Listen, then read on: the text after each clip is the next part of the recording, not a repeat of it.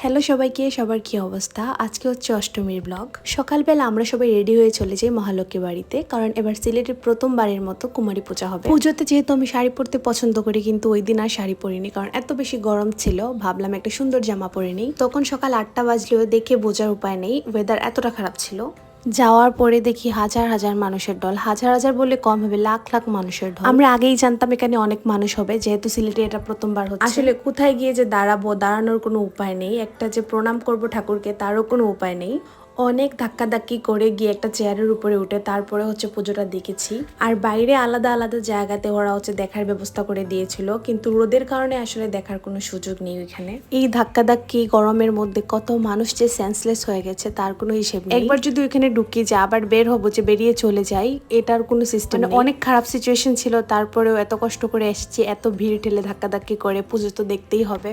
Specially বাচ্চাদের অনেক কষ্ট হচ্ছিল। আমার মনে হয় এখানে বাচ্চাদের একদমই নিয়ে যাওয়া উচিত হয়নি। আমরা আমাদের ত্রিহানকাই তো বাইরে রেখে চলে গিয়েছিলাম। কুমারী পুজোর অষ্টমীতে আর একটা 5 থেকে 8 বছরের মেয়েকে পুজো করা হয় ঠাকুরের সামনে বসে। মা দুর্গা হচ্ছেন নারী শক্তির প্রতীক, আর ছোট বাচ্চাদের মনে অনেক পবিত্রতা থাকে, তাই আমরা বিরূপে সেই পবিত্র শিশুকে পুজো করে থাকি। তারপর আমরা সবাই মিলে বাইরে চলে আসি, কারণ ওইখানে দাঁড়িয়ে পুজো দেখার মতো আসলে কোনো এনার্জি ছিল না। আরও কিছুক্ষণ ওইখানে থাকলে মনে হয় আমি সেন্সলেস হয়ে যেতাম। বাইরে চলে আসে, ত্রিহানকে একটু আদর করি, দেখি ওর অবস্থা কি। আমরা যেহেতু ওকে ভিতরে নিয়ে যাইনি এত গরমের মধ্যে, ওর জন্য আমরা একটা চার্জার ফ্যান নিয়ে গিয়েছিলাম, যাতে ওর গরমটা কম লাগে। আসলে এই গরমে আসলে বাচ্চাদের নিয়ে বেরিয়ে পুজো দেখা অসম্ভব। যেহেতু এটা ওর প্রথম পুজো, তাই আমরা সবাই চেয়েছিলাম ও যাতে এবারে পুজোটা দেখে মায়ের একটু আশীর্বাদ নেয়। তারপর আমরা চলে যাই শিব বাড়িতে। মা বাবা সবাইকে আমরা হচ্ছে একটা গাড়িতে তুলে দিই, কারণ হচ্ছে আমরা চাইনি এরা এত গরমের মধ্যে কষ্ট। আমি, আমার কাকিমণি আর আমার ভাইরা মিলে আমরা চলে যাই অন্য জায়গায় পুজো দেখতে। যেহেতু এখান থেকে শিব বাড়িটা কাছে, তো আমরা শিব বাড়িতে চলে যাই। কালকেও একবার শিব বাড়ি ডেকোরেশন অনেক সুন্দর, অনেক সুন্দর, মানে এটা বাসায় প্রকাশ করার মতো না। আমার কাছে শিব বাড়ি ডেকোরেশন সবচেয়ে বেশি ভালো লেগেছে। লাকিলি ওইখানে গিয়ে দেখলাম অঞ্জলি দেওয়া চলছে, আমরাও গিয়ে অঞ্জলি ওইখানে দিয়ে দিলাম। অঞ্জলি দেওয়ার পর আমরা এখানে ঘোরাঘুরি করি, অনেক ছবি তুলি, তারপর আমরা চলে যাই আরেকটা জায়গায় পুজো দেখতে।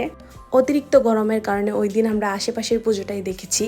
আমি আমার ভিডিওতে কতবার যে গরমের কথা বলে ফেললাম তার কোনো হিসাব নেই, কারণ এবারে পুজোতে আসলেই অনেক গরম ছিল। লাস্ট ইয়ার পুজোতে অনেক মজা করেছি, ওয়েদারটা এত বেশি ভালো ছিল, কিন্তু কোনো প্ল্যানিং ছিল না। এবার যেহেতু অনেক প্ল্যানিং আছে, শাড়ি পরবো, ঘুরবো, ওইখানে যাব এখানে যাব, কিন্তু এবার গরমের কারণে কিছুই হচ্ছে না। তারপরেও পুজো যেহেতু বারবার আসে না, তাই চাচ্ছি যে যতটুকু করা যায়। বছরে মাত্র এই 3-4টা দিন, তাই চাচ্ছিলাম একটু মন খুলে আনন্দ করতে। আর এটা হচ্ছে সবার প্রিয় জায়গা। এই ফ্যানের সামনে দাঁড়ানোর জন্য সবাই কত যে মারামারি ঝগড়া করে। আর এই পুজো মণ্ডপে আমরা 2 ঘন্টা বসেছিলাম প্রসাদ খাওয়ার জন্য। ভেবেছিলাম যে প্রসাদ দিয়ে দিলে খেয়ে আমরা চলে যাবো বাসায়, কারণ আমাদের অন্য একটা জায়গায় যে সামহাও প্রসাদ দিতে 3 ঘন্টা দেরি করে। তারপর প্রসাদ খেয়ে আমরা চলে আসি বাসায়। তো এই ছিল আমার আজকের অষ্টমীর ব্লগ। সবাই ভালো থাকবেন, টাটা।